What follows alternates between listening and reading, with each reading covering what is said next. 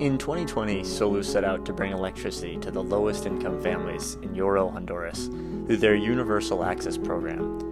But they faced major logistics costs that jeopardized the project's viability.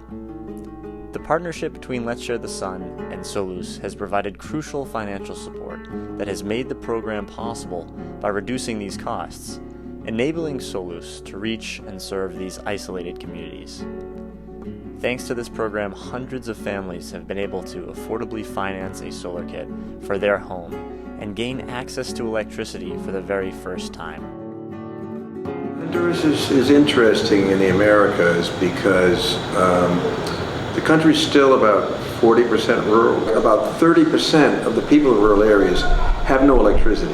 Haiti's the country with the least amount of access, but like percentage-wise, Honduras is number 2.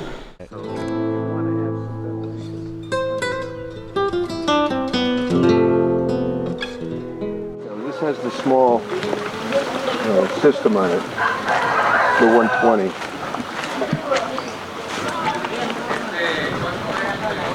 They've got the stove with the chimney as well, so quite a number of these houses perhaps have the stove project to get the smoke out of the kitchen. And we provide good lighting.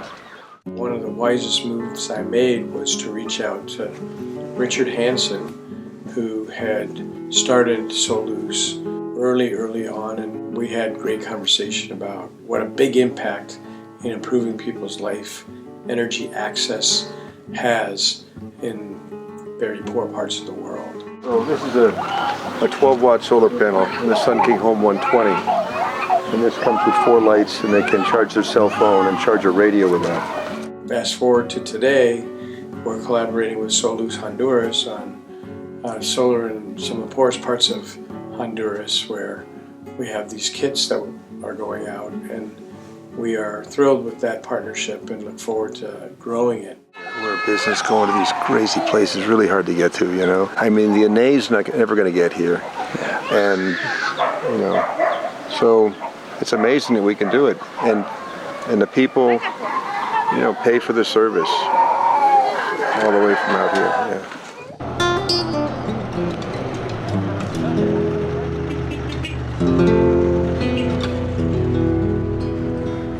We know that the government cannot provide electricity to communities yet. So in the meantime, and while they manage to do it, we're helping them in a pre-electrification phase.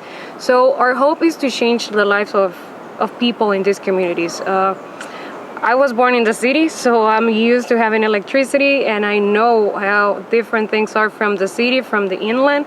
So just giving electricity or a small kit to these families, it changes everything. It's really a pleasant job. We all have different jobs, but not all of us can actually do a job that changes other people's life. We're in Honduras, we are in Central America. There's a lot of poverty in our country, and I know that out in the news, our image is like of a very violent country, a lot of criminal activities, drug activities, and that's part of our reality, but it's not just that. Honduras is a very beautiful place. You can just see my background. We have lots of mountains. The landscape is just beautiful. The people in Honduras are just great. We are very hard workers. We care for each other. I think that we have proved ourselves, even in the most difficult times, that we can come ahead of those. We can survive.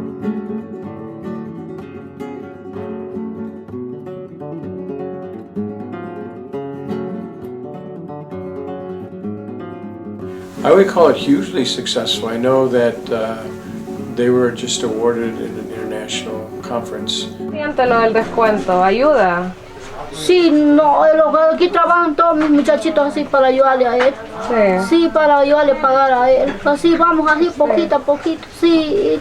Si no fuera con crédito, ¿cree usted que lo hubiera podido comprar? No lo hemos podido comprar, porque mire que nosotros somos pobres. Sí, somos pobres. Aquí la situación aquí estamos no es muy fácil porque no hay mucho fuente de trabajo. Bien, me ayuda. Ya me ayuda. Ahorita me faltan 5 meses. Si le tocara comprarla toda de contado, hubiera podido. No, me hubiera costado más.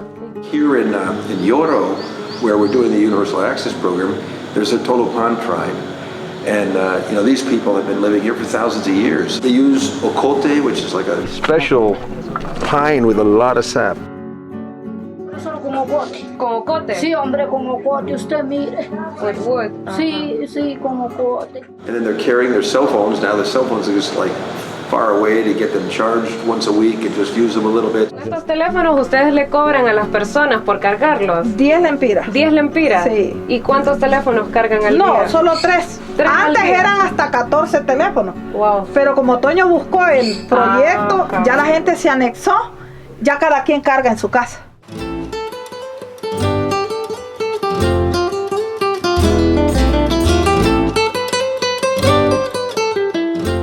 It's a challenge to go into the rural communities. It's not easy to get there. You get there at some point by car, maybe by motorcycle. There are some villages in which you can get by a horse. But then what's left? Walking. So you might be walking 2-3 hours just to get to a community that doesn't have electricity, but we're doing it.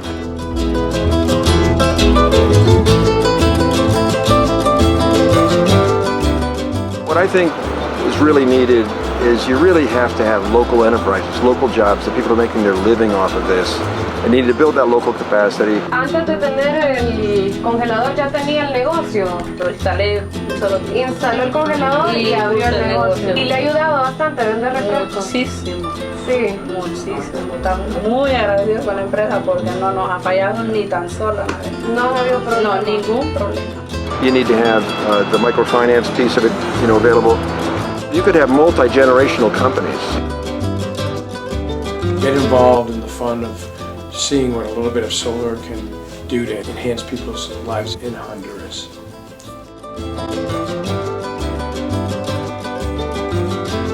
We're changing the world, starting with our communities, our country, just making sure Objetivos de Desarrollo Sostenible by 2030, the whole world should have clean access to energy.